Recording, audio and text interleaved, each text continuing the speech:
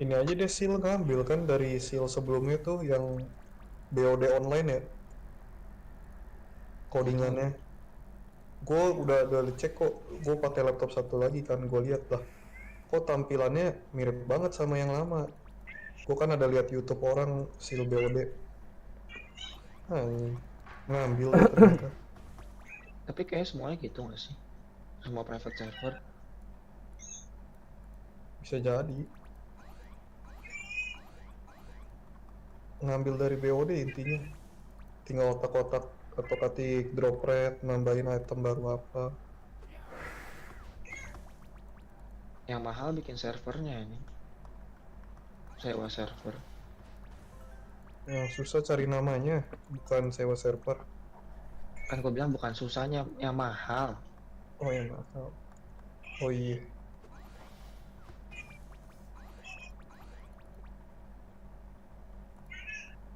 Ya kalau nama mah dia udah ada yang udah ada. Dia kan Silaritan udah dari berapa itu? Silaritan 1, Silaritan 2. Sebelum Sil V1 juga udah ada dia.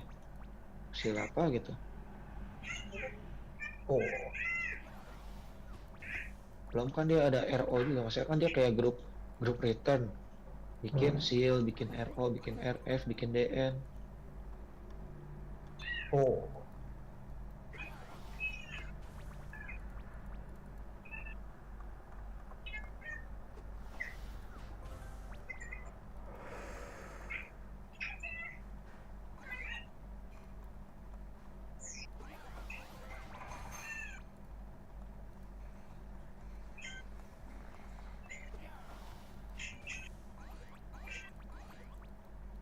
Anjir, hunting 2 jam nggak ada, habis 100 aja max belum. Awet banget tai. yoi. Selama ini gue mencet-mencetin herb kayak orang tolol. Betul. Pantes. Pantes gue nggak cuan anjing.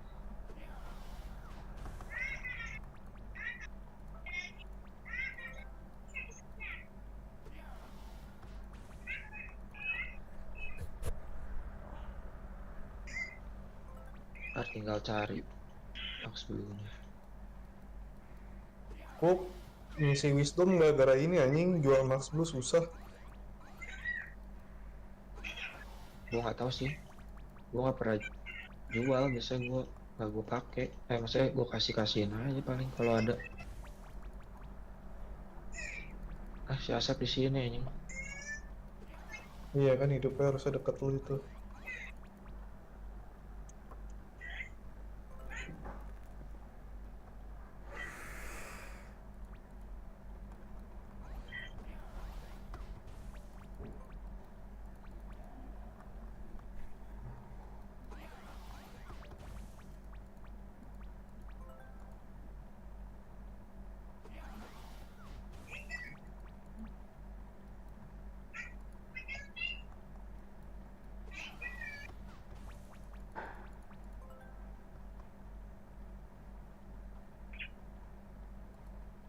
Gue suruh join voice.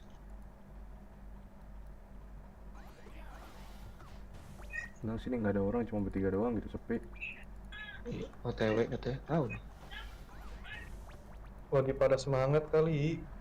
Malam mingguan bro. Minggu malam. Orang besok Senin anjing, kenapa jadi malam mingguan sih anjing? Iya kan malam minggu. Dibantai dia sama ibu tanya di hutan cross. Hutan cross itu yang ada wood ya? Yang ada Maril. Yang ada Iya. Mario. Udah berani dia main ke sana tuh. Siapa? Guya Musi, Itu siapa? teman gua. Yang bawel banget anjing. Sama malaman dikit gue ke itu. Abi sorry dulahan. Dari BPF. Ah, iya. Sep. Asep. Mana Asep? Asep main yuk. Gue baru pengen gitu anjing. Suara lu mendem, Sep. Lah, Suara lu mendem kayak titit lu. Tete. waduh, bahaya. Mainnya titit aja, ngeri. Dari mana lu? Login tapi nggak join Discord lu, parah, gue getok lu. Hmm. Iya. Makan bang tadi bang. Oh, mumpung gue pakai Cardewa nih, Bisa. gue pukul lu. Wih, Bisa. Lanjut, kita buy one aja lah anjing. Anjay. waduh ngeri bang. Gua gua kan apa ya? Gua mukul lo masuk 1.000 aja, udah bagus bang. Bisa. Coba. Gue Pandai nggak bang. pakai, gue nggak pakai pet ini. Gue lagi ngebawa senjata, dan cuma buah baba doang. Anjing. Masuk gope udah bagus itu anjing.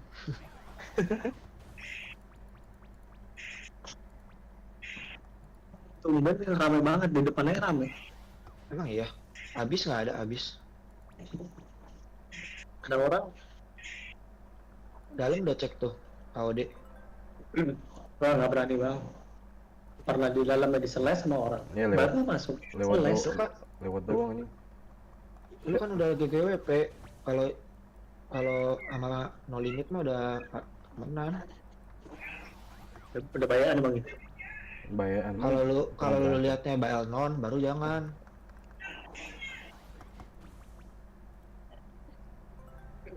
Lu dibantai cegil di dalam. Kenapa? Dibantai V7 atau cegil itu? Waktu itu pas belum join GGWP kan quest tuh Hmm. yang di dalam itu loh, yang dekat Balboa Hmm. sama warrior tahu igen apa gitu namanya di seles loh, padahal lewat doang. Song buat anjing. Apa ya?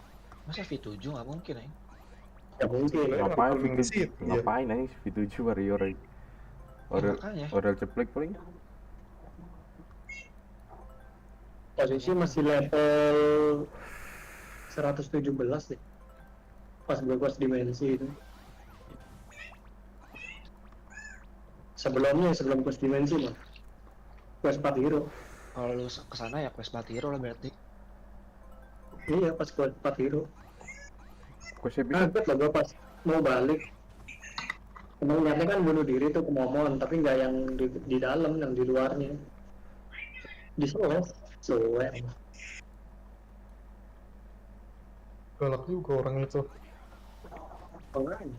Katanya ini gue bantu bro buat bundir.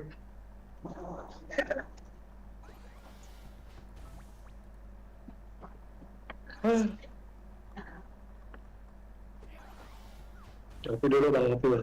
Rela bang.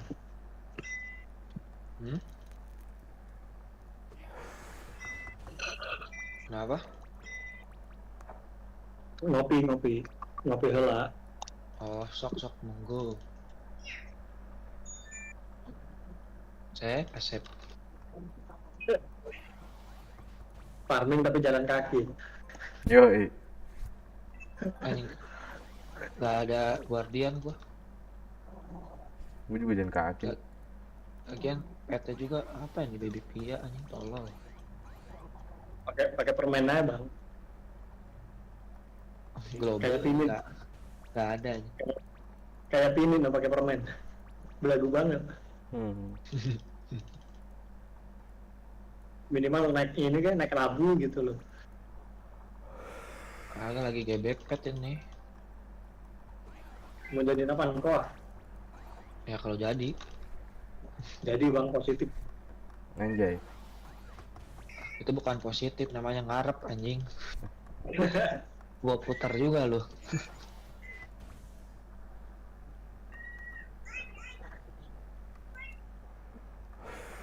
Gue naikin warrior gue kali ke 182 ya. 18 berapa sekarang? 80. Ya udah cukup segitu kali. Belum bisa megang tiang lo. Nggak keren anjing. Warrior jangan dipentokin 100, jangan pentokin 190 bang warrior. Kenapa emang? 180 aja. Nanti kan ini masa di North Dinner. Masa? kan skillnya kan yang nambah darah udah ini udah kebuka kalau jadi bersek. Oh. Jadi biar kena apa ya penalti dropnya itu enggak ini 180 udah pas lah. Terus 190 udah mulai nahan level itu. kalau mau jadi petani berserker. Iya. Temen gue juga ada kok petani jobnya berserker nih. Gue pengen sih 187 aja biar bisa megang tiang plus 9. 188. 188 ya? 138 bang, time lock. Oh iya. Time lock apa time long gitu tulisan. Tian. Tianlong. Time long ya. Tiannya panjang. Tiang panjang. Pedang. Itu siapa tuh?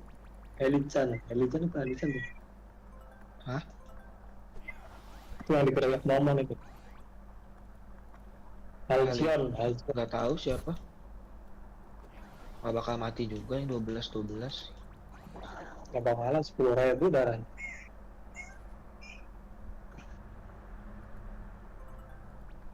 Tebel juga ya di cuma 12. Prespirit devnya cuma 178 ya. Masa 70 dia. Iya devnya 178 Prespirit. Cuma dia enaknya ada ASPD. Cuma 2 anjing. Iya, tapi kok begitu mahal ya? Heran. Apa karena Karena udah nggak respon, udah nggak bisa drop. oh, jadi ibarat kata kayak barang rare gitu ya? Iya. Kalau nggak mah murah, saya paling cuma Ya, sekarang. kayak dulu lah. Kalau sampai sekarang masih drop paling cuma 200.000 anjing. Iya kayak dulu lah 200-300 punaknya. Iya. Gak bakal tuh dia pakai makro mistake anjing. Orang gampang anjing. Tinggal kalau jelek jual anjing, jadiin katalis. Iya.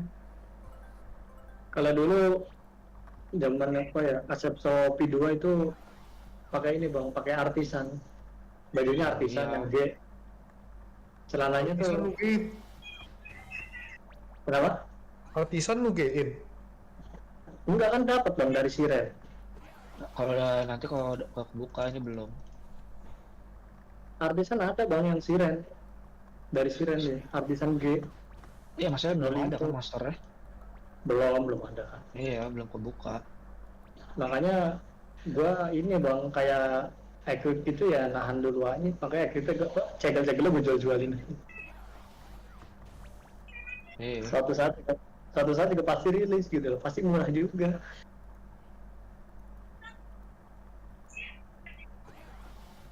Kayak awal-awal Gariel kan waktu itu kan masih mahal tuh. Sekarang Wing of Garil. Kenapa? Awal-awal Wing of Garil 2,5 paling. Gariel waktu itu awal-awal tuh 500.000 deh kalau nggak salah. Agak, gua ditawarin 250.000 tuh awal-awal. 150 ya. Berarti tandingannya ngawur tuh. 250 tapi 500.000. BU, kalau nggak ya paling 300-400 lah. Segituan lah ya.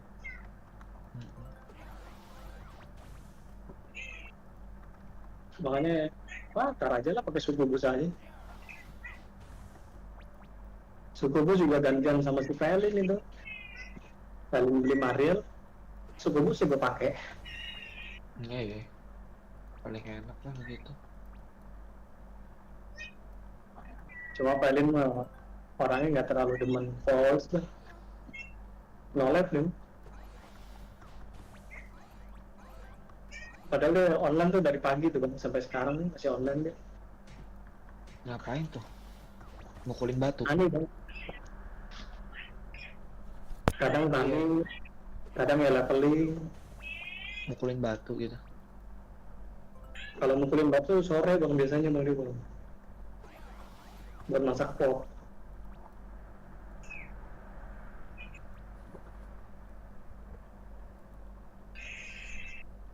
Anjing sama ya berarti ya. Equipnya sama si Halcyon ya gue ya. Cuma beda PT doang kan.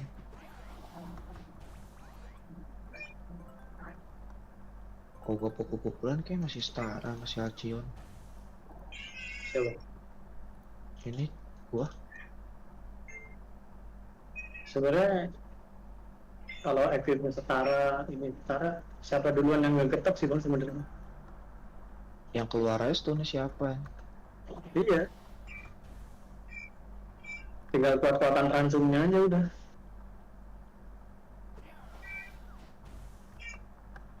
Kalau sesama crack mah 5 jari juga ada cukup. Nggak bakal kena burst juga. Bersetrap itu ngeselin asli. Apalagi kalau dia main loop ya, loopnya dinaikin loh. Kritikalnya keluar mulu itu. Kayak baju Agak kebalik kayaknya justru kalau mau kritikal naikinnya Agi. malah kebalik ya. Kalau Luke naiknya Evasion. Gue itu dulu kenal Dulu ujian itu. ini nggak? Kalau abang main Iya. P2, Apa? kalau abang main P2 kan ada tuh jawabnya berserker. Nah dia itu kan pakai kartu tuh pak Gogon ya kalau nggak salah. Dia Gogon. Tiganya lasso, O-nya 3 atau 4 gitu. Wah nggak tahu gua. Aku udah jadi kalau dia mah berserker aja dia naikin loop loh. Iya. Biar apa bang? Gue nanya biar apa bang? Iya biar kritikal ininya naik gitu. Dah. Emang iya bang? Iya emang. Kalau berserker ngaruh ya? Bukan. Setahu gue tuh dulu juga gitu. Luke naikinnya crit. Soalnya waktu itu gue waktu main di BOD gambler ambil Luke juga. Kan gambler main crit juga kan ada buff crit. Critical mah di Agi, Luke mah evasion. Kagak dulu naikin ini critical sama ada damage-nya dikit. Iya, kalau Luke dulu Kalau- ya. Kalau di sini beda ya. Heeh. Nah ya kalau di sini kagak saya kalau di sini naikinnya evasion. Kalau le naik Berarti- kritikalnya dari Agi. Beda emang. Makanya tadi gue bilang kalau di sini kebalik. Malah kebalik ya. Pantesan gue ngeyel tuh pas si Valin ngomong. Dia kan waktu itu pakai ini. Ya pokoknya intinya naikin loop lah. Lo udah reset belum? Loopnya masih 54 dong. Iya masih 54. Kenapa emang? Gak apa-apa, paling lo ini ya biar kritikalnya gede ya. Kok kritikal? Biar evasiannya gede gitu ya. Itu kritikal bro, bukan Eva. Lo ngeyel katanya gitu anjir. Iya, soalnya emang kalau ini mah taunya naikin kritikal. Mungkin terlalu OP kali ya kalau lu naikin kritikal buat Craftman. Soalnya Craftman harus naikin look juga. Kayak mau nggak mau ya kalau buat yang equip kiri gitu ya. Iya, kan kalau Craftman naikin lagi rugi. Kalau naikin look masih oke lah. Naikin loop paling tuh karena pakai baju expert ini aja. Iya, Kalau maksudnya kalau Craftman look naikin crit nggak masalah ini pakai equip yang ada requirement-nya. Kalau naikin critical juga nih. Jadi nggak harus begitu kan gitu. Terus tau gua tuh dulu kayak naikin look itu tuh kalau nggak salah dapat attack juga tapi kecil. Jadi kayak naik 2 look naik satu attack kalau nggak salah atau gimana gitu.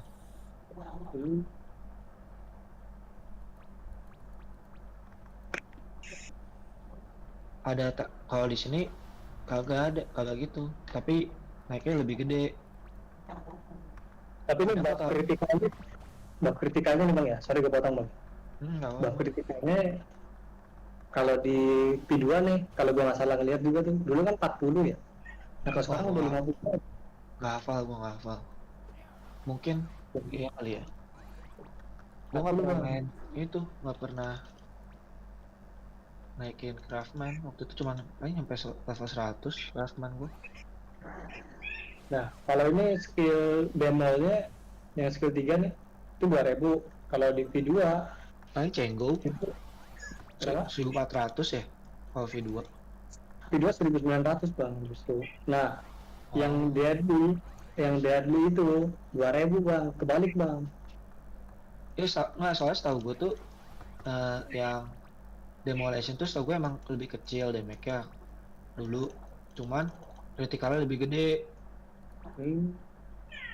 Makanya kenapa damage deadly smash lebih gede, soalnya demo critical lebih gede dulu. Tapi setahu gua nggak 1900 deh.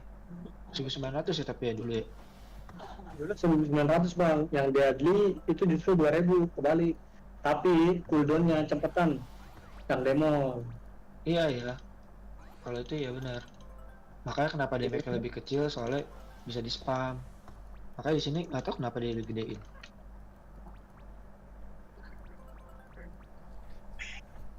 Banyak yang Jadi dirubah kita- lah di sini. Kayak ini loh, begitu efeknya juga kalau SPD-nya kecil ya berasa banget bang. Iya. Nggak bisa Berasa jalan lemotnya. aja. Ini berasa lemot nih. Habis nge-skill nggak bisa langsung jalan. Kalau dulu ASPD 70 aja itu udah ngacir. Kalau sekarang 70 tuh kayak gimana Oke. gitu. Minimal 90-100 lah. 90. 80 aja jeleknya tuh. Mhm. SPD Warrior gaji 110. Wah, kalau warrior mah jangan ditanya bang. Craftman Bang, senjatanya kan minus SPD. Iya sih. Warrior walaupun pakai HBB juga SPD-nya udah gacor. Tapi kalau mau main SPD terus sakit OP tuh ini bang, main mage di SPD itu jedung set. Kagak kuat. Udah Kayaknya susah. Kagak kuat Lu gua beli snorkelnya nih mal. Iya, modal satu modal mage mahal. Nggak mahal-mahal amat sih cuman lumayan lah. Kedua susah bro. Lu harus gede ransumnya. Soalnya gue pernah kalau lu nggak bisa ngebunuh orangnya ya, maksudnya dia ngeransumnya kuat nih, kan lu main S kan. Kalau ngeransum dia kuat, lu nggak bakal, yang ada lu yang mati, lu nggak spam skill gitu kan, mana lu habis, mana Iya. shieldnya jebol jadinya.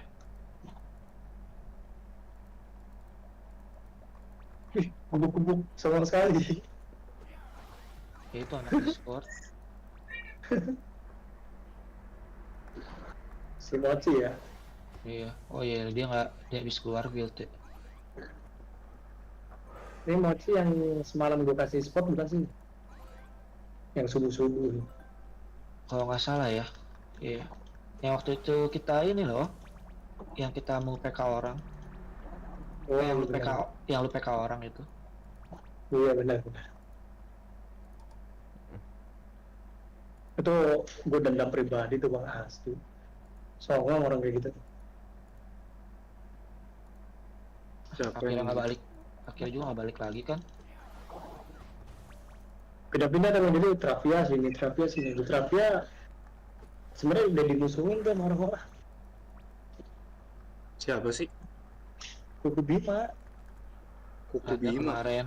Oh, tahu gua tahu. Jadi Yang tadi sore-sore gue kamu dari mana gugur. nah itu dia ya di apa spot terapianya dia itu kan turunan gunung itu kan yang di tengah. Nah iya bang. Jadi awal-awal tuh misalnya nih gue kayak si bang siapa nih bang Zart nih namanya nih. Oji, panggilnya Oji. Nih kayak bang Oji nih misalnya nih kayak bang Oji. Nah gue kan biasa spotnya di sini nih bang Oji di sini. Pas gue baru online nih ada bang Oji nih gue PK langsung. Jadi kasusnya tuh sama kayak si Eto Jiwan lah. Iya. Kalau gini langsung digeser. Penunggu. Ya ada penunggu lah. Dibilang penunggu tapi equipnya rata tanah gitu loh. Sama sekali. Maksudnya kalau lu mau jadi penunggu setidaknya kayak Eto Jiwen gitu yang emang dilotin terus ke sana. Nah, Dirusuh tapi dia Kali balik lagi anjing mentalnya GG anjing. Itu baru namanya penunggu anjing. penunggu bener-bener itu mental baja itu. Mau lu lawan lu cepet 90 tetap dihantem anjing. Jadi Nggak ada takutnya gitu loh. maksudnya gua aja ngeliatnya respect yang kayak oh anjing ini orang ini banget lah, niat banget kayak buat mempertahankan lahannya anjing. Gua aja udah Tapi kagak sebenarnya lagi. apa ya kayak Eto Jiwen itu nggak 24 jam di situ loh. Jadi itu Emang kayak ada ada. jam-jam tertentu gitu. Iya, cuman maksudnya kalau dia lagi di situ atau nggak dia mau ke situ ada orang terus dia suruh geser nggak mau gitu dia lawan anjing. Nah, Iya itu deh. dia tuh. Enggak, yang penting dia berdua onnya bareng sama Bong juga kan bertiga. Yoi. Kalau Bong yang jagain Mage kan. Bang Eriknya bang, Mm-mm. ada tuh Klerik. Eriknya dekat. Siapa waktu itu Bo siapa ya gue lupa tuh kleriknya. Yang dekat pohon-pohon. Iya. Ada juga yang gabut tuh, Kleriknya di PK. Dia marah lagi. Awalnya kan kita juga perang sama mereka malah jadi temenan sekarang. Heeh. Sama guru ke mereka. Sebelah lah. Dari barang anggur. Iya. Tapi banyak sampah nggak sih di situ? Apa di lu nggak ada? Nggak ada, bahkan ada baru off kan. Oh. Gak dapat senjata kan. Ya kalau gitu mah pakai aja deh tadi ya. Tahu dia AFK. Iya. Gue kirain makan apa gimana nih. Siapa sih nicknya? Alocon. Halicon ya, yang sebelah lu tadi. Nah, itu jangan lupa PK loh. Kenapa Iya. gitu? Temannya banyak. 872. Ya kagak di PK, cuman maksudnya kan dia nggak AFK, nggak di PK, Iya. cuman dia AFK, jadi diambil momennya. Ambil aja. Gue kirain mah lagi makan apa gimana gitu. Gue pakai aja tadi tahu gini mah. Pakai aja pakai. Siwet. Ntar kalau di kill bilang gua gatel pengen bunuh orang anjing. Bete banget anjing, kucing mulu. Tijar temannya banyak itu. Tadi sekali masuk berantem atau bertujuh gitu. Buset, Mana 7 anjing. guild mana? Kalau bertiga Nggak gua tahu. kalau Nggak gue inspect. Tapi rame. Kan gue nanya guild nggak, tanpa lu inspect pun kan kelihatan guild mah. Oh, nggak ada gue kayaknya dah. Oh mah ini doang ya. Cuma rame banget. kalau bertiga gua tatakin ada bertujuh anjing. Kalau bertiga kita masih bisa bantu. Entot lu mau ngajak perang satu party lebih. Itu satu party lebih hitungannya. Dia 8. Iya kalau kita lagi pada on mah kita ini kita tabrakin ya. Kok bisa ya? Kita cuma juga manusia lebih dari 10 anjing. Waktu itu aja kita kan 2 party ya nih. Ah, nggak nyampe. 1 party setengah lah. Cuma lumayan rame dia tadi pas masih sore ya. Nggak tahu jam segini. Janganlah. Perbanyak musuh berbahaya bro. Pas lu on sendiri nggak tahu mau farming di mana. Iya. Gua nih kira Pokoknya kita ngelok orang itu yang sekiranya dia dulu batu sama kita aja. Iya. Gue juga kalau geser orang gue ngomong dulu aja. Nggak pernah tuh gue langsung PK ini, tolol ini. Nah itu minimal ngomong lah, bang geser. Kalau nggak bang sampai jam berapa kan alibinya gitu loh. Biasa gue gitu. Kalau misalkan ini ya, kalau nggak kayak tadi nih si Maci kan DC, gue mau gantiin spot dia nih. Tapi udah ada yang ngisi kan, gue bilang bang tadi ini spot teman gue bang. Terus bilang oh iya ya. Terus gue ya udah gue bilangnya thank you gitu. Lu loginnya Gue online. lu pakai Iya. artis udah geser juga deh, takut lah anjing, nggak perlu pakai spot temen. Ya nggak apa-apa, jadi ada alasannya.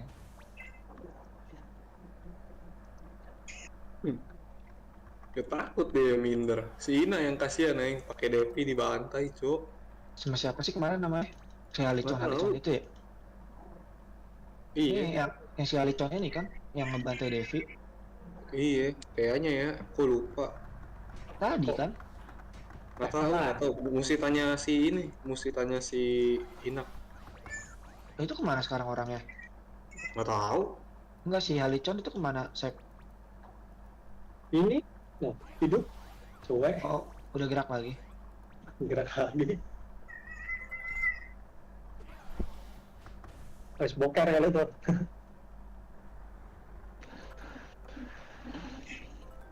Itu palu cahayanya Devi masih pakai gak sih? Gue kalau mau farming habis jadi pakai palu itu aja udah ketok-ketok. Udah nih sini ya nih, Sep. Kalau dalam nggak ada spot mas, Sep. Mau gue yuk Apa? bikin party yuk. Apa? Bikin party apa? Biarin nih tahu dropan lu apa, dropan gua apa. Gue biasa Party nggak party gini yang habis. enak. sama bayar. Raymond dari expert G lumayan kan Oh, tuh. maksudnya nggak usah satu map. Satu map tetap bebas, mau satu map nggak satu map, yang penting lu ada barang jackpot, gua ada barang jackpot. Nggak ngerti gua. Ya udahlah, Sama di juga invite nggak lu aja ngerti lah. Mana bisa join bang? Dapat 137 gua. nggak usah part Bisa itu di invite si Maci. nggak usah party juga kan nongol di itu aja gua dapet item jackpot. Kan ada jackpot yang mahal tapi nggak notif, gimana dah. Apa item apa? Ini expert G 2 juta cegel. Buset. Mana? Itu rade apa sih namanya yang staff mage itu juga nggak notif, mahal.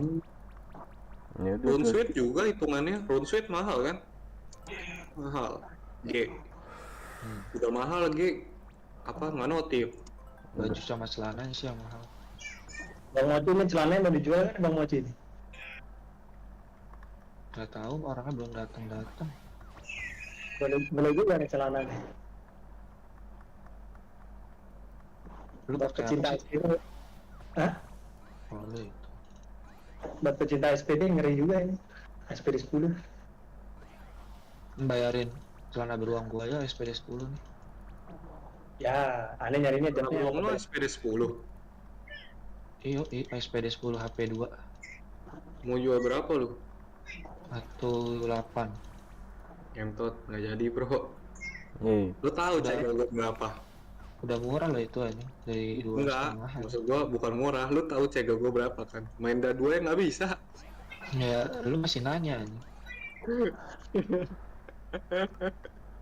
Ini Bang Mochi nih. Berarti Bang Mochi tuh. Mana dia? No, pojok Bang Mochi. Ngapain Nggak, aja? gua- Ngapain dia di sana? Entah. Mojok aja. Nih Step, lu mau gantiin gua? Mau kemana Bang? Mau udahan aja capek. Saya bisa capek Ah, juga. ya. 4 menit lagi. Lanjut Bang. Lalu elemen apa? Lu nanya siapa? Si ini Oji Palu apa anjing? Samael Nggak ada elemen anjing. nggak jadi. Yang itu sih kalau lu mau yang 1,5 oke juga itu. Nggak ada elemennya ya. Yang 1,5 nggak ada. kan lu ada metal.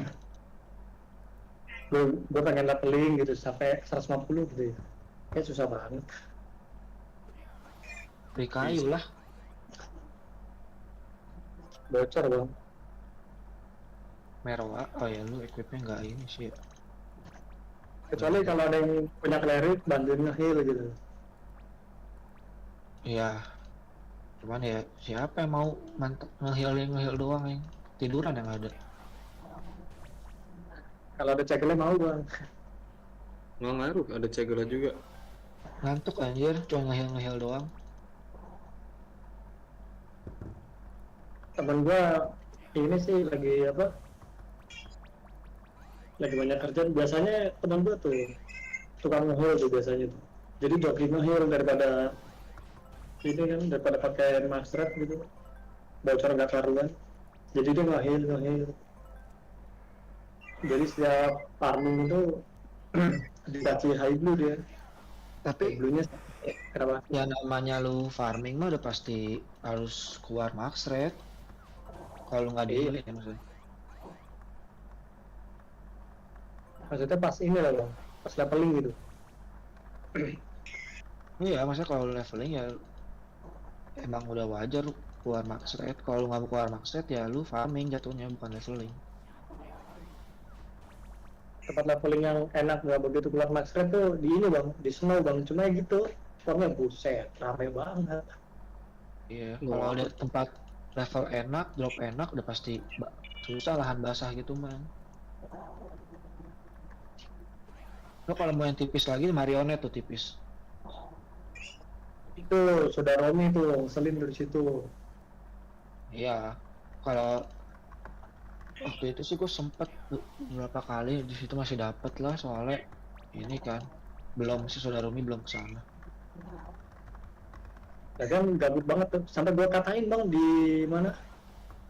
Zamannya di yang channel newbie belum ditutup tuh sama GM. Hmm. Langsung gua tag namanya bang. Berikan saudara Romi jangan kayak orang goblok, begituin bang. Subuh-subuh. Di general ya. Iya. Orang lagi leveling gitu. Nggak usah main PK-PK aja.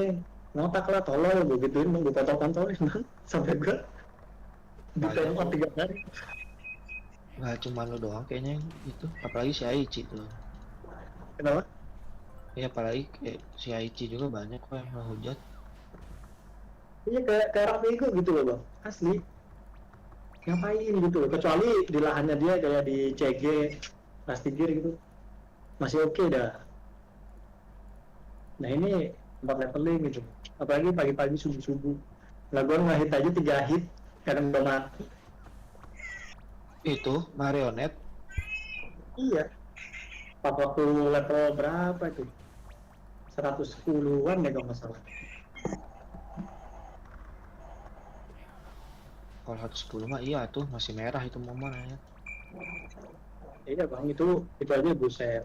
Gue bilang kayak orang norak gitu loh. Kecuali gue level kayak abang nih 180. Di marionet mau ada 1 skill lah. Belum. Damage gua kecil ini. Istilahnya level gede di situ udah pasti tandingnya di situ loh. Masih wajar itu. Nah ini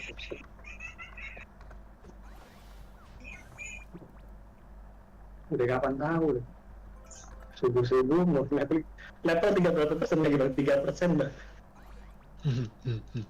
Turunnya Turun jalan udah lagi. 3%. Udah secuil itu paling ya 20 momen lah 3% lah. Iya. Ntar nih tanggung. Gak dapet Nah, dapet ya. Bon 2 aneh-aneh biji. menangnya yang ditungguin. Kagak gua Lagi ngerokok ini. Kenapa? apa namanya bonnya sisa 2 lagi gak dapet anjing. 88 anjing. Tanggung banget tai. Nah, cuma emang susah bang kalau ngomongin apa ya, kalau genapin gitu. Kayaknya. Gue pernah tuh zamannya di V2 ya, di spot neo bang. Kan emang gue sehari itu mesti dapat inilah sekitar 600. Kalau sekarang 1S lah bahasanya. Itu tinggal 1 aja bang, setengah jam baru dapat. Padahal udah ada laser itu. Sesuai bang. Emang 1 aja. kontol. Gila kayak udah tinggal dikit nih dicariin nggak ada anjing. Iya. Malah waktu itu dropnya ribunya sampai 2 kali. Iya.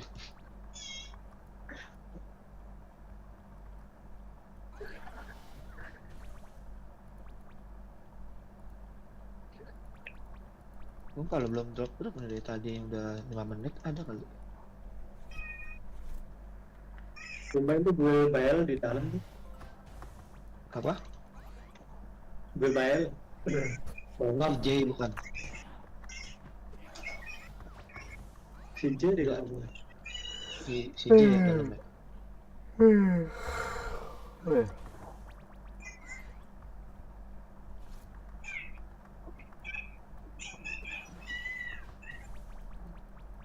Dua lagi anjing mana? Babi banget. Gue aja belum Satu. drop. Nah dia tuh 3 putaran aja nggak dapat IC sama titanium 1-1. Emang bangsat aja ini kadang-kadang dropletnya kecil banget buat item quest sih. Segel gue aja buat naik kereta nggak bisa nih bang. Habis setoran tadi gue puas. Oh, is jual. Berapa sih rate sekarang? Tadi gue nitip si Pelin sih 160. Oh iya, mungkin 140. Ya mungkin perantung segitu bang. Ya penampung. Penampung kan bedanya kan 15 sampai 20 ribu. Ya benar.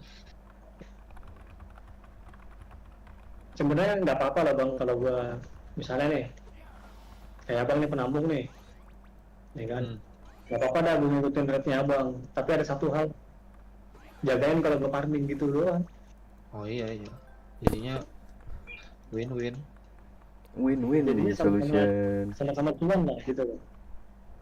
Iya. Misalnya dalam satu map nih, satu area sini ada 5 orang lah, 1 juta tegel, udah berapa tuh kan untungnya 100.000, cuma modal jagain doang. Yoi. Sama kayak si ini bang, apa tuh yang di haircut tuh, bagian Iya, kita iya. kan Si gue dikasih Bandit. tahu sama temen gue tuh Melankoli. di Dito sampai siapa gitu, katanya kalau mau tani di situ lo izin gitu biar dijagain, nanti lo wajib setor sama dia gitu. Ke kiri ya, kalau nggak di PK sih nggak apa-apa, kalau masih di PK sama orang ya males juga.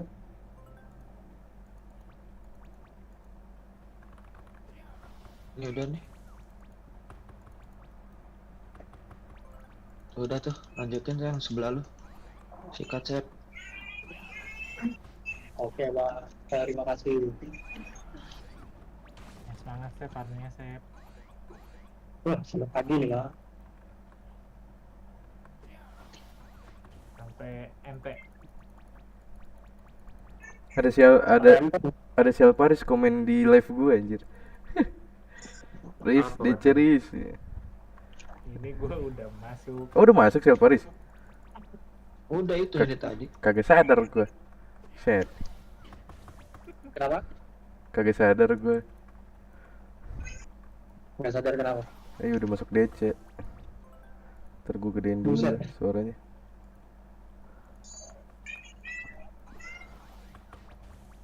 Bisa nggak sadar gitu? Suaranya gue kecilin coba. Buset, udah rame juga ini. Mantap, ada si Tama juga. Itu lu nak katanya. Ngajar kucing.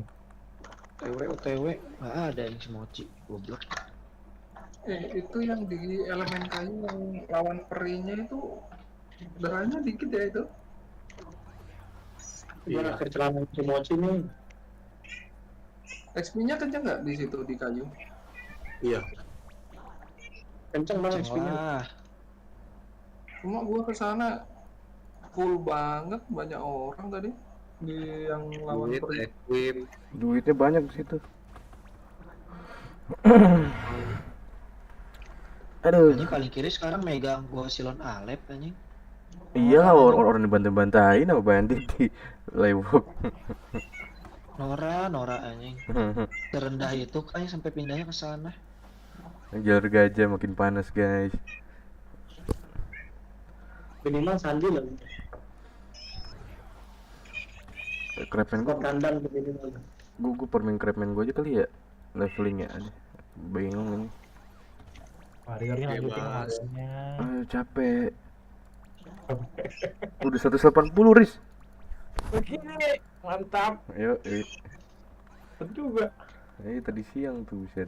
Berdarah-darah gue berantem sama Fearless sama Kembon. Set, sama Cincin Slot nggak skill gue nggak mati anjing, tapi habis ransom gue. Terus kenapa ya lu lagi leveling? Lu ada masalah apa masih cincin slot? Kagak, emang gitu diiseng kan orangnya. Kalau lagi di kill-killin sama dia, iseng biasa. Tanggung 190, bulan depan update. Terus gue digeser si Floki kan, aduh. Pindah-pindah gue dari Kura-Kura tuh 2 jam ke 3 jam, pindah ke Cangkura, pindah lagi ke ini ke Batu anjing. Februari tanggal berapa dong job 2 ini? 27. 22 gitu? Ya 27 ya? 22 tahu dah. Pokoknya pertengahan lah. Segituan lah. Tanggal 20-an. 20-an. Besok kan ini nih MT 200, ada map baru nggak? Apa level doang? Ada map baru. Udah 200 enggak. Map baru keluarnya pas yang Februari itu loh, yang sekali Mas Kenjok. Oh, ya. Nggak bisa leveling dong, gue ntar rame banget. Mark lah Iya, gitu ya. 66 ini. Baru 66 anjay. Ini naik. Farming di mana, Riz?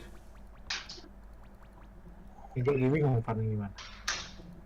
Bebas nih, gua temenin pakai cleric apa gue juga bete nih di kucing. Gimana enaknya ya? Bete kan lo akhirnya. Lu Iya. level berapa Bang Alvaris? Baru 66, belum leveling lagi di kemarin. Gua kalau ini boleh nitip cleric gak? Kalau apa? Ya iyalah. Naikin 4 level, naikin 7 level doang biar bisa nyetor Star Piece. Gimana enaknya ya tadi? 60, Iya. 60. Danau Cross paling Iya. mau, Danau Cross mau. Kalau nggak di PTT enak. Mana ya? Di PTT aja bang, kenceng bang. Tapi level 70 kuat ya. Awan kuda. Lu di PTT paling lawan plumber, semangat plumber penuh terus. Iya. Pembiran. Mana? Pembiran. Jam segini bisa lah. Bang, pembiran. Oh, kenapa saya? Kemarin gue satu PT sama Carlu bang. Wah, Carlu Carlu. Wih, Udah level Oke. 190. Iya. udah berapa sekarang? Level 190. Widih, mantap. mantap. Equipnya ngeri bang, plus 8 rata bang. Shit. Terus dia beli nggak nawar.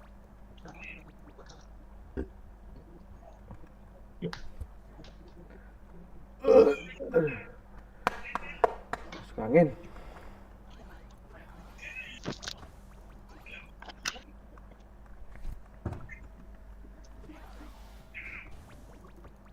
Itu aksesoris cleric yang Snow Crystal level berapa sih? Wih, Kristal lu tahu gak sih apaan? Itu item store. apa sih namanya itu yang itu? Snowflake salah Snowflake ya. 66. Level 66. Oh, belum bisa pakai dong cleric gue ya. 66 itu plus 6. 66 itu plus 6 berarti 63.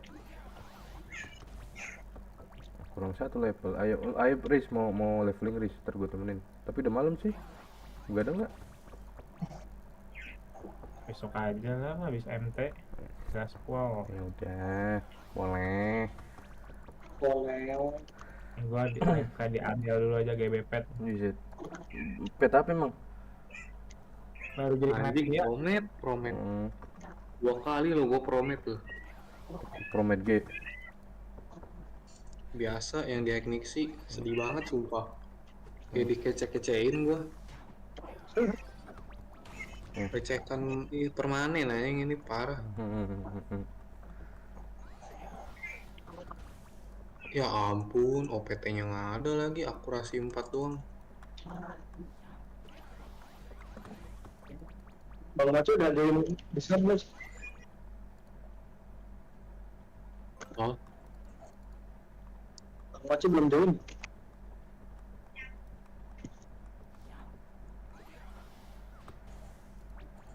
buset, dataran glasis di PK sama orang.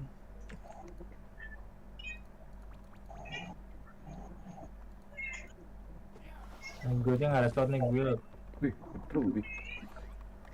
Dapat Ruby pulang ah. Bete gue.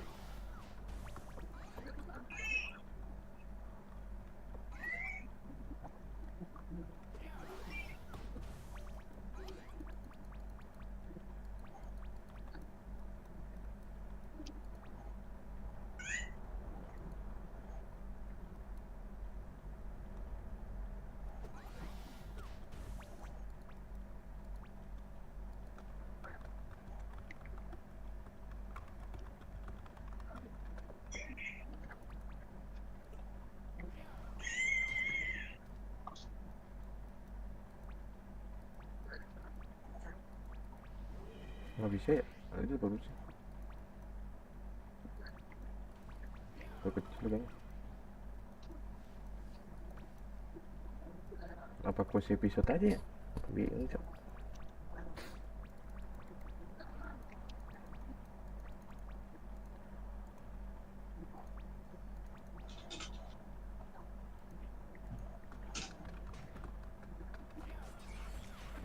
Gue berani nge-PK itu magenya tadi.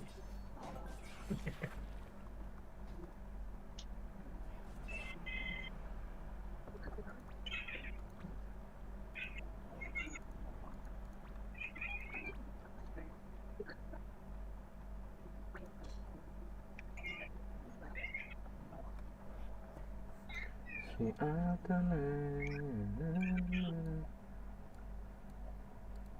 When I'm alone.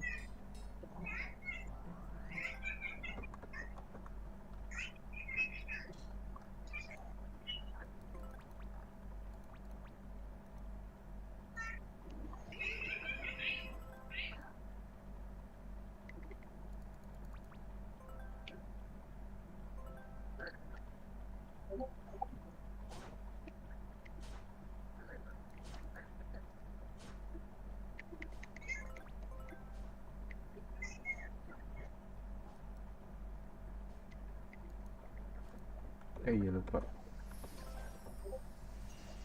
Masak air. Oh iya, siapa namanya? Ji. Ji.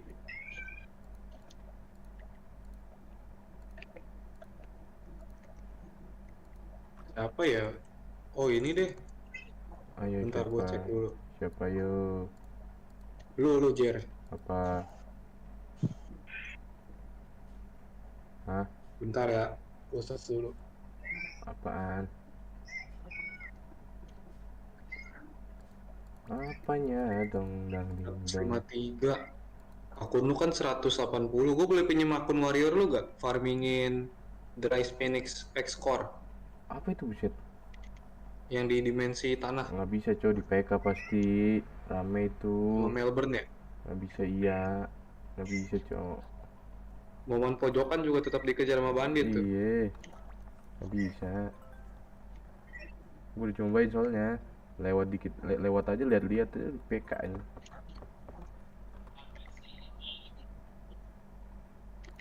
Keras.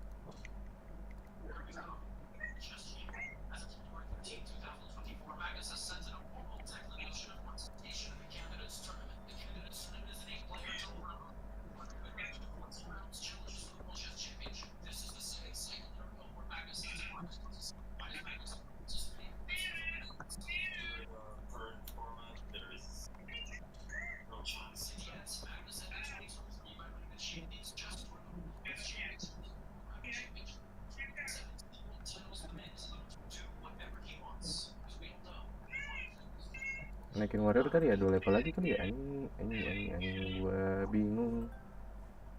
Gua bingung.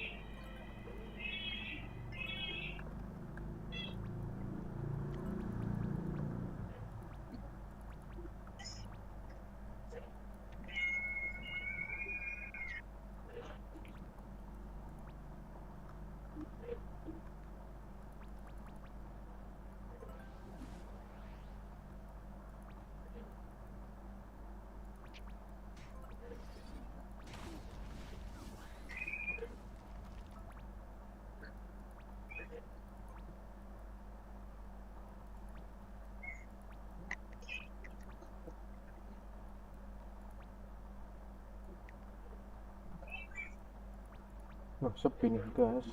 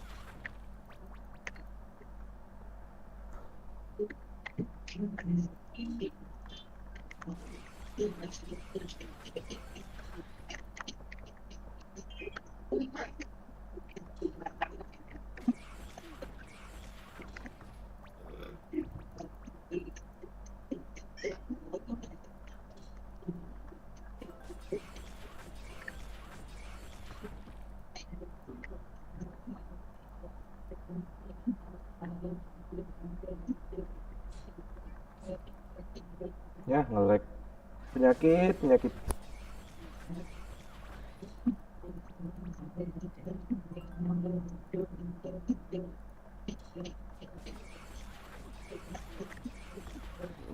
Sesep lagi dugem ini.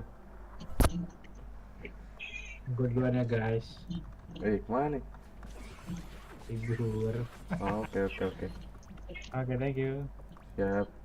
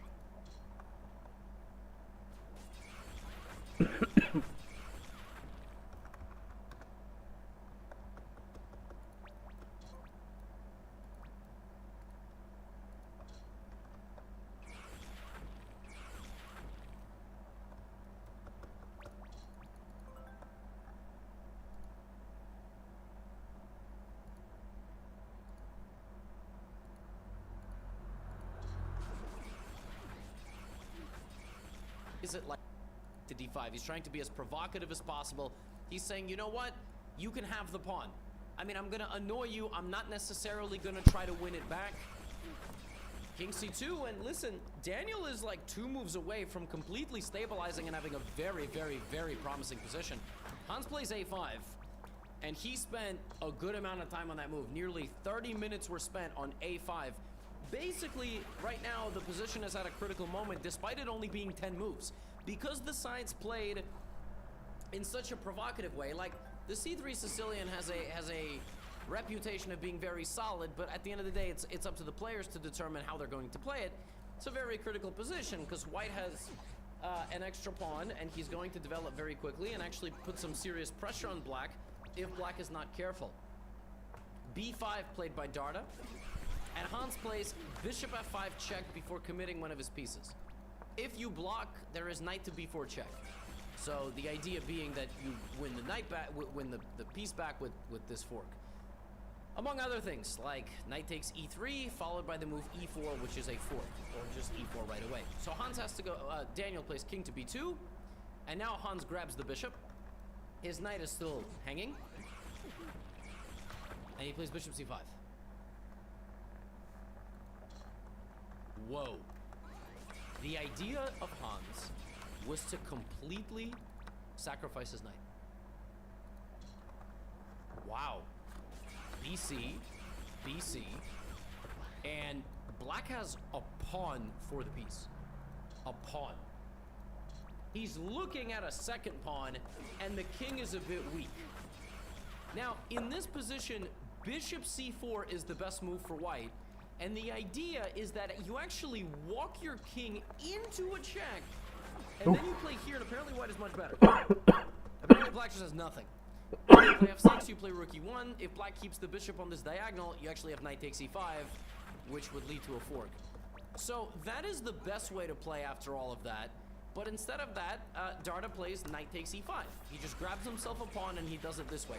It was better for him to play bishop c4 first, but he does it this way. Hans gives a check and wins a pawn back. And now, as you can see, has some very meaningful pressure. That's why white should have spent the move and kept this back here.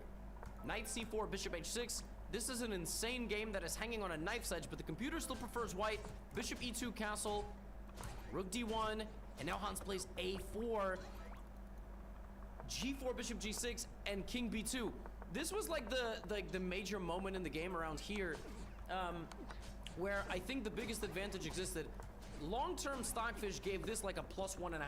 So Darda could have gotten a massive advantage, and Hans would have been under severe pressure. He could have been under serious risk of losing yet another game in a row. But what ends up happening instead is the material balance is white having an extra knight for black's 2 pawns. And then after a3, rook d5, you're gonna see there's a lot of complications being created here. Hans, despite being a full piece down, is basically threatening mate.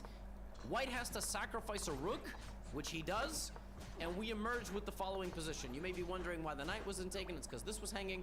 He decides to keep the bishop, and when it's all said and done, material is 2 knights for a rook and a pawn, and Hans was potentially at risk of losing a game here. 3 in a row it would have been, but the players decide, you know what, we've had enough, we agree to a draw.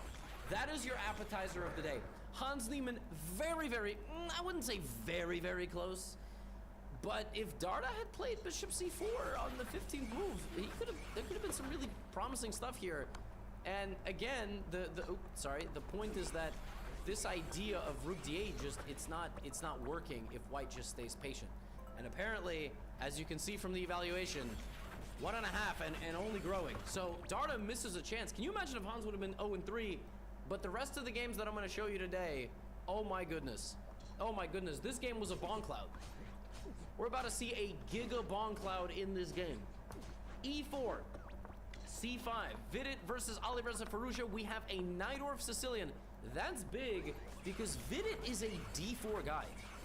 I mean, if you look at Vidit's database, I believe he plays D4 like all the time. He plays into a Najdorf Sicilian. He plays H3, which is called the Adams attack, not like the Adams family. And now there's many lines here for black. Alireza plays knight c6. And the players get this type of position where clearly white is going to be under some massive attack, right? Rook c8, and there are some naughty intentions over here, whereas white will try to attack over here. White's going to be under attack on that side. We plays king b1, getting off the c line, queen c7, and now Vidit thinks a little while and plays a3. All right, spends about 10 minutes. He could have played g4, he could have played bishop e2, he could have played bishop g5. There's a lot of moves here. Plays a3. Now, black cannot take on c2. Because even though it looks promising, there's nothing. He's gonna have to back up. He's gonna have to play knight to c6, and then Vidit will probably play g4, g5, try to play knight d5. And then here, Vidit got hit with knight takes c2. And that's crazy because I have absolutely no idea what on earth the follow-up is. I mean, everything is protected. Well, Alireza plays queen c6. And the incredible thing is this has actually been played before. Everything we are looking at has been played before. The idea of queen c6 is twofold. Pressure on this diagonal, on these two diagonals, and also d5. You see, white is in a precarious situation. His knight is hanging, but the king is defending, but he can't move his king back. And since he can't move his king back, d5 is on the way because king is right here. So Vidit plays knight d2. He spends 17 minutes, and now the only moves ever played in history in this position have been d5. About 10 games, grandmaster games, and after pawn takes, knight takes, bishop c4, black opens up the king, and then you trade the queens, and then it's bc, bishop c4, knight c4, rook c4, and in this position, white has a little bit of long-term pressure despite being a pawn down. Alireza plays queen a4 check, and Vidit puts his king in the center instead. Nobody has ever played queen a4 check, and that is for good reason, because even though Alireza spent 31 plus 11, 42 minutes on queen a4 check, it was a bad move. That's what happens sometimes in chess. You overthink it. King d3, and he sacrifices the rook, ripping open the position. Now, I'm gonna turn this off, because Stockfish will spoil our fun. We're not gonna see this. You are going to have to sit in Vidit's shoes and bravely have your king in the center of the board as the other side tries to rip it open. d5. If you take, you actually might lose because your queen has to guard your rook. What do you do? What do you do? Gotta go queen f5. This is insane. If takes, actually queen c8 is mate for white. This is insanity. All right? But king e2 is the move Vidit chose. d5 was a violent move. He now runs his king back. de, and he still can't take because black is defending twice. Queen g3, Alireza goes here and just continues firing pawns. The king castled, went to b1, c2, d3, e2, e1. Back to its home square. Now castling is not a possibility, and the attack is still roaring forward. Vidit's got to really buckle down here, and he's got to be careful. But the good thing for Vidit is he is up 32 minutes on the clock. Alireza Firouzja showed up and decided he was going to do some crazy stuff today. h4, Vidit trying to fight back. He's now got to remove pieces. He's like, the less pieces Alireza has, the better it is for me, okay? I'm up a rook. Yeah, do the math. I am up a rook. Bishop g5, f4 from Alireza, and now a key move from Vidit. He gets rid of the pawns. He sacrifices his bishop, and now black cannot attack as easily. He can't attack as easily because he's got no pawns. So now it's Vidit's turn to fight back. Alireza with a minute on the clock. Rook f8. You may be wondering why he didn't defend his pawn. He could have. He could have, but it was a little bit too slow, I guess. He didn't like h5, so he decides, I'm gonna do this, and I'm just gonna defend this endgame. I'm gonna defend exchange down endgame, rook versus bishop, with a passed a pawn. But this is Vidit's bread and butter. He's a very good positional player. Rook d4, defending himself, getting rid of this, but his time is ticking, and now Vidit's below 10 minutes. 6 minutes on the clock. We're in a deep endgame. I mean, we got 3 pawns each. This is the closest that Alireza's been the whole game. And look at this, b5. What's Vidit gonna do? He's got 4 minutes on the clock. He's got 2 minutes on the clock. The nerves must be so high. Rook b7, 1 minute on the clock. We just went from a position where Vidit had 30 versus 2. 30 versus 2 to 2 versus 1.5. This is nuts. Could he possibly be screwing this up? Rook c8, rook b7, b4. Vidit makes a move with 8 seconds to go. Bishop takes b4 because he gets 30 seconds bonus. He makes this move with 9 seconds to go. a5. Vidit plays rook g7, knight e5, and now the final move of the time control. The 40th move, he brings his king forward, which he made with 6 seconds on the clock. And there's the bonus time. And this endgame is winning. It's winning because a rook versus a bishop endgame purely is not winning, but with more backup, it is winning since you can get a pawn in balance, you can win a pawn, you can trade the right pieces, and ultimately you can promote one of your pawns. Knight g4 check, king to d4. Alireza just resigns. He just resigns because it's impossible for him to guard his g-pawn. He's gonna lose it. What's funny is that here, the evaluation, remember I removed the bar, it's about plus 1.7. It's not hopeless. It's not hopeless. But here, knight e5, king e3, apparently Alireza had to play bishop f8. And then he had to play bishop c5 check, and then go somewhere else with a bit. I mean, the defense was super weird according to Stockfish, and I'm not even sure it was fully convinced. Dah, So, DC. because he's losing his pawn, he just resigns. He can play king f5, but then there's rook f7 check, and then king e6. You can even take, and take. You also have mate. You have knight g5. So, yeah, knight f6, g4 would have just led to being a game over. So he resigns. Alireza Firouzja loses again, second time in 3 rounds. He just lost to Ju and June. He had a nice bounce back win, but he goes down against Vidit. Vidit now just a few rating points away from being the highest rated Indian in the world. It's very close, him and Prague. Speaking of another Indian on fire, Divya Deshmukh in the challengers section versus Liam Vroylik.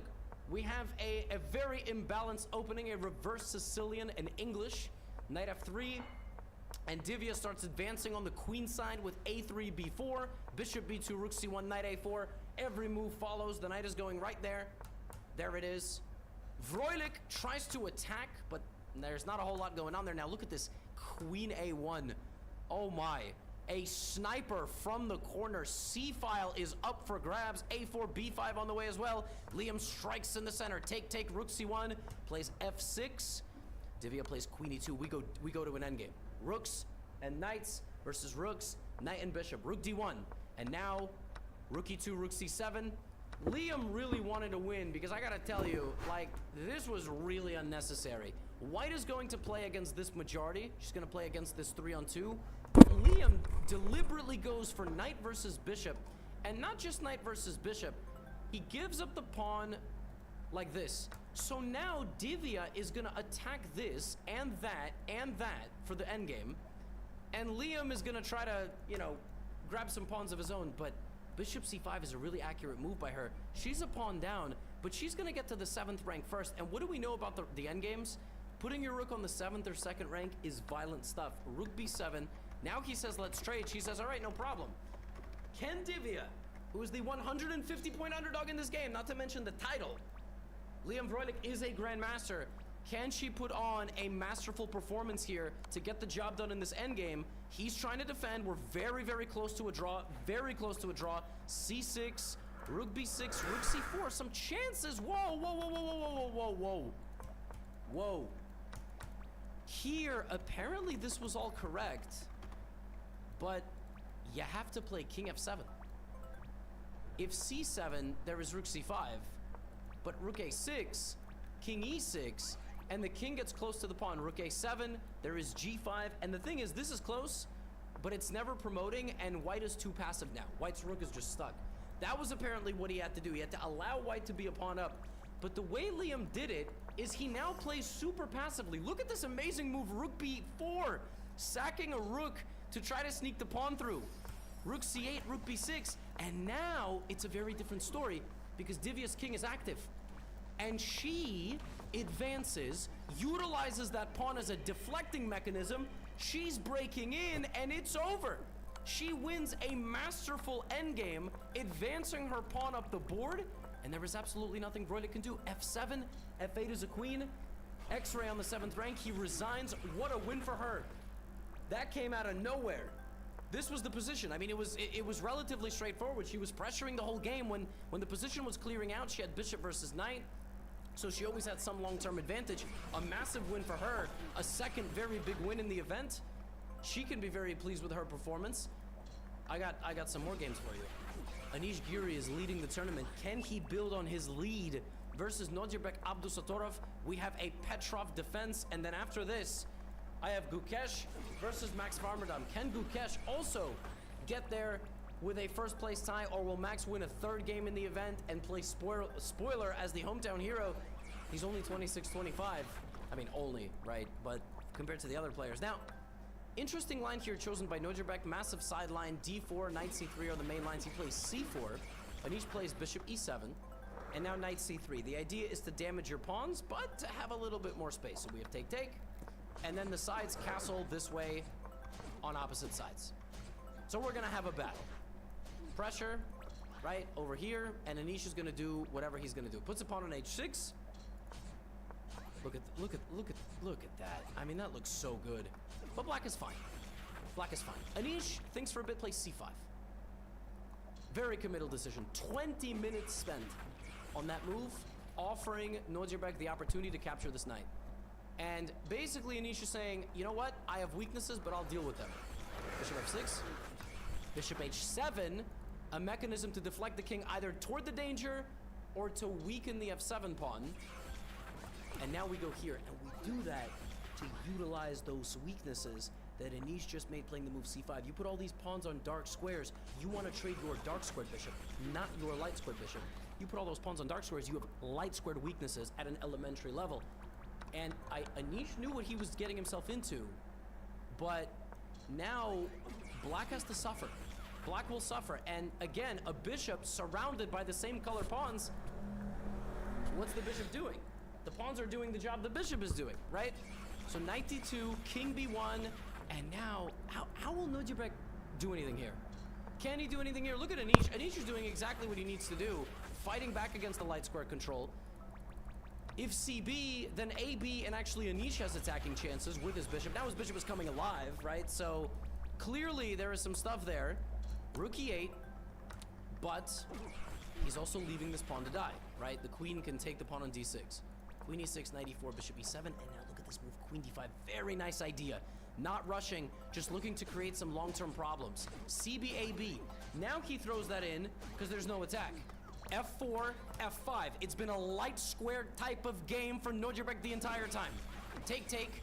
And Anish is basically saying, Nojabek, you're not experienced enough, you're not strong enough, you can't beat me. All right? Anish has been as high as number 2 in the world, and he's a perennial top 10 player. Nojabek just outside that. I think Nojabek actually nowadays might be, he's like top 15. But, you know, again, it's very much kind of like a new school, old school.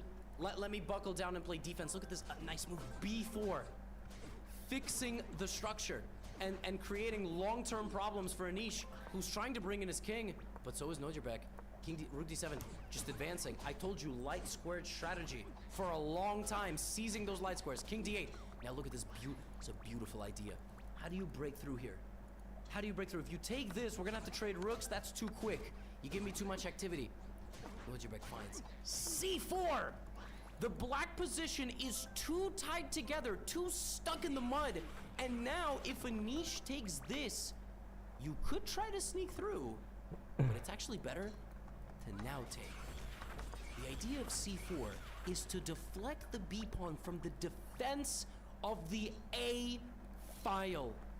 And after take, king c3 and king c4, white has an outside pass pawn. And this is an endgame masterclass because black will now have to defend that pawn. And in that time, this space advantage will prove lethal. The oxygen tank will run low. And while black is defending, you will sneak in, get that pawn, and get those pawns. And this game lasted a couple of hours after this as Anish tried to defend himself, but he couldn't because exactly as I am describing, his oxygen is sucked completely out of the tank. King d5, there is absolutely nothing to be done. c4, king d5 right back, you win this. And now, you can take on a7 and win it methodically, but it's even more brutal if you play g5. This structure breaks through. Take f6, look at that! That is so beautiful. g5 would have been a gangster way to end the game. Black can play f6, but then you will take, you will take, you will take, and black is too slow because you make it to the pawn. In the game, we got knight a7, and Anish tried to sneak his pawn back. Very important check. Otherwise, it would have been a draw. King c7, and now g5 anyway. Pawn take, f6, same idea. Pawn takes, king e5, king d5, knight c1, Anish Giri resigns. because he's actually just gonna lose the pawn endgame. And Nodirbek Abdussadorov has just handed Nishgiri his first defeat of Tata Steel. And I got one more game for you. This game, Gukesh versus Max Varmerdam, another English, just like in the Divya game. And Max plays something called the I think it's called the Von Skara or like Von Henning Skara. Anyway, the point is, with the knights on the board, this is a very common position. CD, CD, players agree to a draw after some moves. Queen d4, there's ED, if knight d5, there's queen a5 check, and black gets a lot of development and is completely fine. But this is just straight up the loss of a pawn. CD, CD, check, take, take. This is a gambit. White has 6 pawns, black has 5. That's it. Black is just straight up down a pawn. It's actually not as stupid as it looks. It's actually not as stupid as it looks. And watch how not stupid it is. Knight f6, bishop b4, bishop d2, castles, knight f3, and now, not developing, but he just straight up gives away the bishop. He gives away the bishop and plays here. Black is down a full pawn, no questions asked. Not only is he down a full pawn, like, it's a center pawn. This opening doesn't make any sense. How is this acceptable? Well, it is. And apparently, as you can tell from Max's play, it's all prep. Queen e7, e3, he hasn't stopped to think. Max started the game with with a minute and 40. Oh my god, an hour and 40 minutes, 100 minutes. We have gone to the 14th and 15th move of the game. He's still not thinking. Gukesh is down. He's down 55 minutes on the clock. Max could leave, walk around the entire Netherlands village, and come back. Rook c8, and now he plays queen d2, rook d8, and he could have made a draw. He could have repeated moves, but he said, rook d1. He is down an entire hour. An entire hour on the clock. And Max is still not thinking. Gukesh plays queen d6. Max plays queen e8. 19 moves! He's not thinking! He's not late for anything. Nobody promised him a date after the event. I don't know if he's in a relationship or not. Nobody promised him anything after the event. Like, this man Gukesh is down 70 minutes. I have never seen something like this, and Max is still not thinking. Queen a3, rook d1, bishop d1, bishop c4. I'm telling you, the only reason this opening makes any sense is because in the time that white is trying to castle and claim the extra pawn advantage, black is just bothering you. Black has so many open lines that it's very difficult to play this position with white. That's why his queen is getting booted around, right? Queen d6, bishop e2, bishop c4, b3. All right, b3. He still hasn't spent the second. Bishop e2. Gukesh is down 80 minutes. This is the biggest time deficit I've ever seen. Max plays queen e4. Now he's threatening queen here. Queen c1. 20 minutes on the clock for Gukesh. Queen b4 check. Finally. Finally, he spent time. Finally, 24 minutes, 24 moves of prep. Gukesh is down to 20 minutes. Can you imagine how insulting this is to your intelligence? While your opponent is blitzing everything out, queen b4, queen d2, takes, queen b5, and basically black says, you know what, let's play an endgame. I'll take this pawn. I'll go back. This is what we have to play. Oh my god. Oh my god. Gukesh has 16 minutes. He has the blitz. He's playing blitz now. So the opening pays off. Rook c8, knight a6, knight c5. It's a dead draw. I mean, you talk about incredible preparation by Varmerdam. What just happened? b4. And now... Oh. So if the knight moves... like, let's say there, rook d7 is a really big problem. So Max counterattacks the knight. Okay, the knight sacrifices because you're going to win this knight back. Take. Here check, here rook b7, and now rook c1. Aha. Okay, black is a pawn down, but just like in the Divya game, there is a correct way to draw pawn down, right? There's a correct way, as we saw. Like, there's some weird techniques to get the king in, and the same here. So Max decides, all right, I'm just gonna push my pawns as far as I possibly can, and I'm gonna make a draw. Gukesh plays f3. By the way, he has more time because he made it to the 40th move, and Max is doing an excellent job, just like breaking apart Gukesh's structure. Everything's good. This excellent move, a5, and he's just gonna win these pawns. The reason why he's not rushing with rook g2 is actually rook a6, rook here, and then f4 is winning for white. So 2 versus 1, but 2 connected passers is a win. And Max is well on his way to claiming the draw. Rook a5, this is a totally drawn position because the white king cannot cross the f-file, so nobody can win this pawn. Black can draw this game by playing king f6 and king g6. So rook a6, king g5, even though the pawn can come forward, rook e1, and then I will get to that pawn and it will make a draw. So king f6, put the king on g6, cut the king off on the f-file if king e2, rook f4, if king e3, rook f1, and it's probably just a draw. And then here, for reasons that are completely inexplicable, Max Varmerdam plays rook g1, allowing king f2 and king g3. I don't know what ghost he saw, but I guess this is what happens when after 25 moves, you haven't thought at all. Psychologically, it's a major win for black to get this position from the opening. Like, you are up 80 minutes on the clock. You haven't had to think. And then on the 50th move, for a reason I will not ever understand for the life of me, he plays rook g1, and I guess he thought he was making progress, but now he is just straight up losing the endgame. The computer doesn't even realize it. White is up 2 pawns, and if black trades rooks, he loses. But he can actually lose the pawn because of this. This is a very drawable endgame if your king and rook are in front of the pawn. And if they're not, like, they should be on the short side. So if the pawn is here, the black king should defend on the short side. If the pawn is here, you should defend on the shorter of the 2 sides. You should be on that side. You should be close to the pawn. There's a lot of technique, but he's cut off horizontally. So the black king cannot even, he can't go back. This is a draw, just so you understand. The king on e6 is a draw because you're close. This is just winning for white, and it's winning for white for a very simple reason.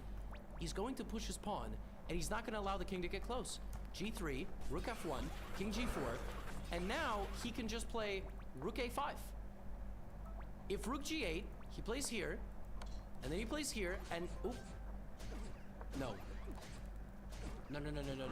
See, it's even tricky here. The pawn has to be on g4. So, I already messed that up. What he needs is the pawn to be on g4 first. So let's just say,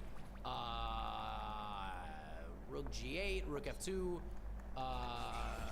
here, king g3, etc. The king is here, and something like this. This is winning because you advance behind the pawn.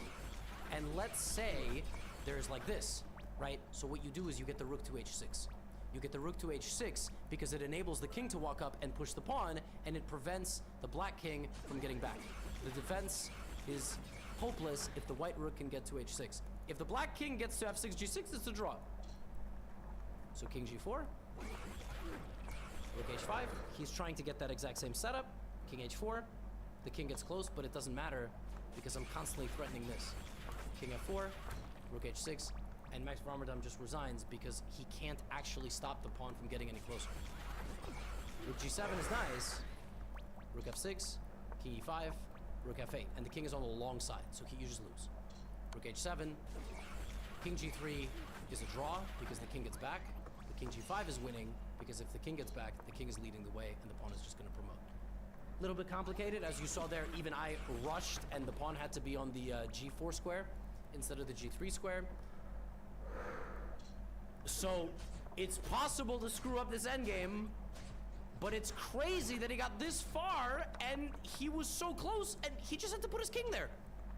The king was cutting off the access, and then he just, instead of that, he just, and Gukesh wins. Gukesh wins, and not only, Gukesh is winning the tournament. Nodirbek catches Anish by beating him, and Gukesh wins, and 3 guys are tied for first. Alireza loses again, but yet he's still half a point out of first place. And on the other side, it's as follows: Salem with 5, Karabov 4.5, 4.5. Marc-Andre Maritzi very close to winning today again. I believe he drew his game. He almost won a 3rd game in a row, which was completely insane. Yeah, that's all I have for you today. Get out of here.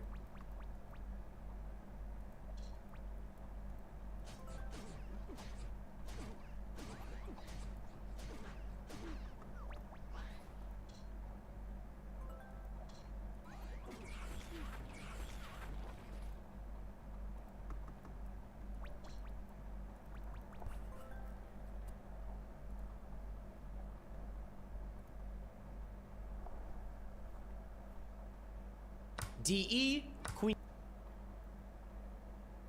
Ladies and gentlemen, it happened again. Welcome back to the Tata Steel Chess Tournament 2024. This is the round number 6 recap. We're at the halfway point of the 13-round festival. We've got some of the biggest chess names in the world competing, yet we also have some of the biggest chess names in the world not competing, and yet here you are tuning in for these recaps, which is a good thing. And I will lead you through all of these incredible games and storylines. It happened again. I've got amazing games for you today. Then I will give you the standings update. I hope you all have a great Friday, and if you're watching this not on a Friday, I hope you just have a great day regardless. We are kicking things off in the Challengers section today. Then we will go to Hans Niemann second. Then we've got Ali Reza Firouzja third. We have got an amazing lineup of games today. Here we go. Eline Robers, as I think you have all told me at this point is how to say her name, yesterday defeated Hans Niemann. She went 0-4 to start the event and then beat a 2700. Mustafa Yilmaz from Turkey starts with knight f3, and as early as the 5th move, it is clear what we are doing. We are playing a King's Indian defense main line.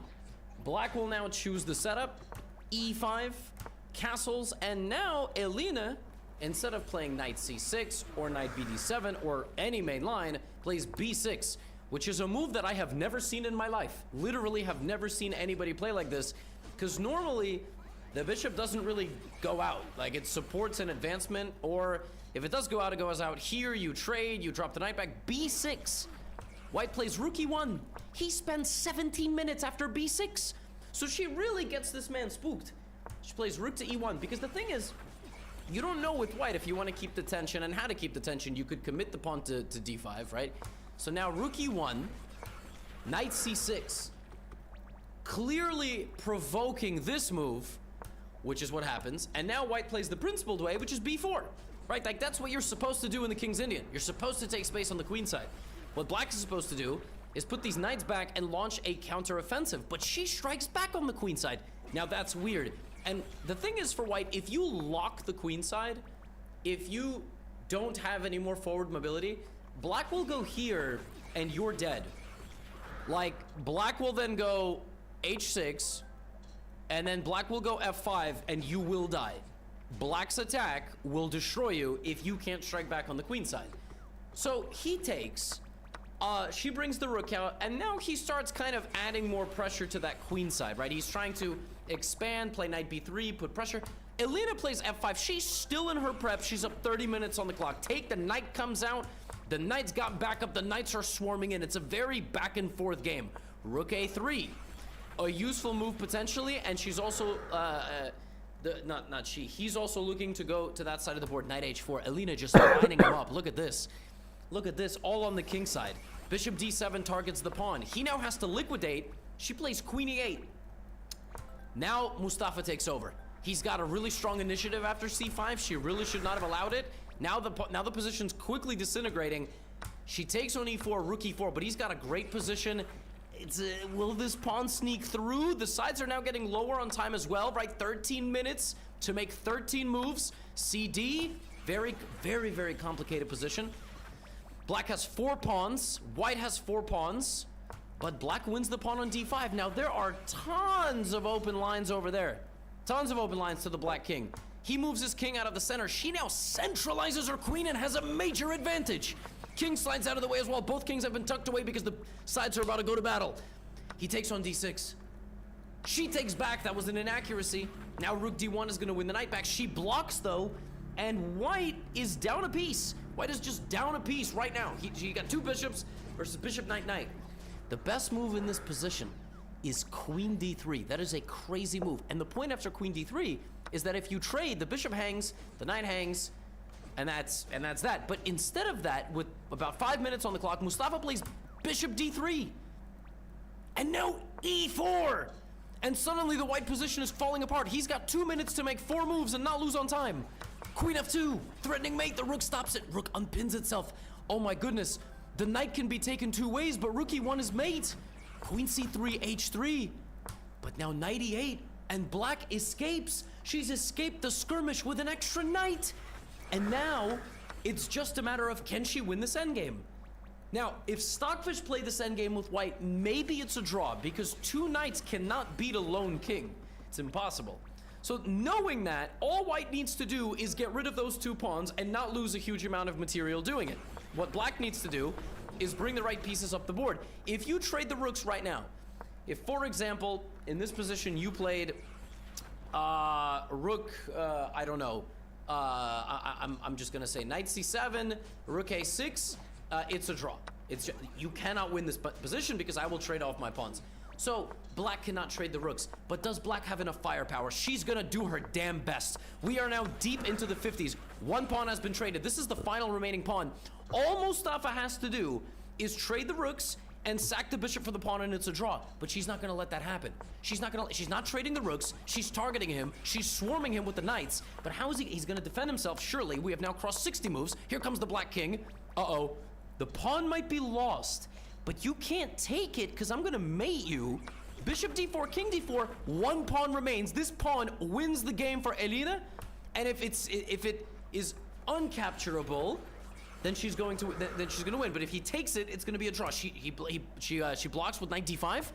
We've now crossed 70 moves. He's just not fast enough. But while she's playing defense, how is she possibly going to win? Right? Rook e5, king e3. Is she winning or is it a draw? She makes it to f1. Apparently in this position, he had to go rook a4. And if king f1, he sacks the rook. And it's a draw. It's a draw because the pawns are too fast. The pawns go, and this king it just can't get back in time. G6, rook a8, king f5. You lose the pawn, but this pawn makes it. Rook a4 might have been the final moment, but he doesn't play it. He plays here. She sneaks in, and now rook e1 trades the rook, but the pawn will survive. And she wins the endgame after 70 moves, 80 moves. And Elina Roberts just defeats a 2692 and a 2665 GM back to back. Blow the guns out, put him back in the holster.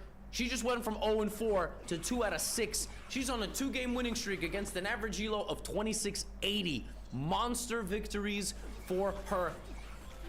And both with the black pieces. No. Yesterday she won with white. She played e4 Hans. Okay. I take that back. I got too hyped. Doesn't matter. She beat a 2665 and 2692, and you didn't. So, you know, and I got more games for you. It happened again. By the way, neither did I. Just, I'm included in that group. Hans Niemann looking to bounce back from the game against Elina versus Marc-Andrea Maurizi, who yesterday put a man in the hospital. Okay? Like, they had an ambulance waiting outside of the playing hall for Jaime Santos from Spain. This one, an e4, e5, an Italian. Hans looking for redemption. Marc-Andrea looking for momentum. What the? D5? If you look in the database, this is such a rare move. Black always plays bishop c5, bishop e7. Black develops, and only then does black go here. And frequently, black doesn't even do that. Black plays like d6. D5 is such a committal move. You have to be prepared so much to play like this. And it looks like a simple exchange, but the meta of it is that white now gets a lot of pressure on the black position. Hans castles. Bishop e7, f6 now. Now you'll notice Hans spent 4 minutes. That means that he didn't quite remember all the notes. f6, but now white can open up the center with d4. This looks completely deranged to play chess like this. Knight b6. Targeting the bishop. Now you could play bishop b5 or bishop b3. Hans goes here. All right, he spends considerable amount of time. He spends 10 minutes calculating this and then commits to this, and black just castles. Now you might calculate this and go, wait a minute, take, that's a free pawn. You're right. Absolutely right. Take. Not only is it a free pawn, I could give you 2. But what about all these pieces? Like, you can't win a chess game with 1 horse. Your horse can't just walk around and you expect to win. You're not an equestrian, okay? You can't just hop around on a horse. Black will go bishop b7, and then c5, and knight a4, and very quickly you will realize you cannot touch your queenside. Like, anything you touch. You play b3, you hang a rook. It won't happen in Tara Steel, but it will happen in most other games. So instead of that, Hans thinks and plays h3. Marc-Andrea, rook e8. First move out of prep, rook e8. DE, queen D1. I think at this point, Hans spends 12 minutes and goes, I don't feel comfortable keeping the tension because I'm in my opponent's wheelhouse. If I try to keep the tension here and I don't take, he could keep the tension anyway. And then he could just develop all his pieces. It's actually very tough to play with white. Very tough. Not easy. So Hans says, you know what? DE. All right, we'll trade the queens. We'll do this. I'll take. What's the worst that can happen? All right, I'm not going to take the second pawn because Levy just showed in his recap in the future it's too dangerous. Knight D3. Hans down 35 minutes on the clock. We don't see this very often. We don't see Hans out-prepped and down 35 minutes on the clock. He's usually out-prepping and up 35 minutes on the clock. And he's usually not on the defensive like this. We saw a game he had to play against Valakitin. I showed that game a couple of months ago. It was a Berlin. It was a weird defensive game. And it's like not his style. I mean, look at this position. Black is a pawn down, but if you ever talk about compensation, one dude has 4 pieces just completely on the back rank. And his best move is this. All right, his best move is like to play a random flank move. Knight C4. The pressure is building. If white plays in a stable way, he'll probably make a draw. So he plays Knight D2, and Marc-Andre just takes the knight. That might have not been the best transition. He spent 20 minutes on Knight C4. Knight D2. He takes, and now all of a sudden Hans is better, right? Hans is better, but I think Marc-Andre just said, you know what? Let me just get my pawn back. Very simple. I'll get my pawn back. I can't lose. Yeah, I can't lose. Rook B1. Bishop D4. Now, if anybody's better, it's Hans. So clearly the prep paid off, but somehow he sat there and went, maybe I don't know how to handle the position after the prep, which is life.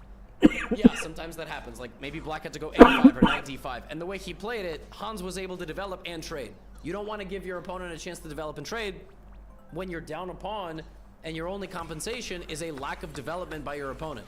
So now Hans plays King F1, F3, and now Hans is going to go to work. He was worse the whole opening. Now's his time. Rook B7. The position is basically playing itself. He grabs the pawn on A7. Marc-Andre strikes with C4. The bishop attacks the rook. Hans moves it, loses the pawn, but he's got the A pawn, so he pushes it. Black plays Rook E7. Hans offers a rook trade. Black says no. Hans plays Rook B3. He's trying to win that pawn. He's got past A pawn. Very pleasant endgame. Bishop A7, Rook B7. Maybe we'll have a repetition. No, it's Hans Niemann. He doesn't make pity draws.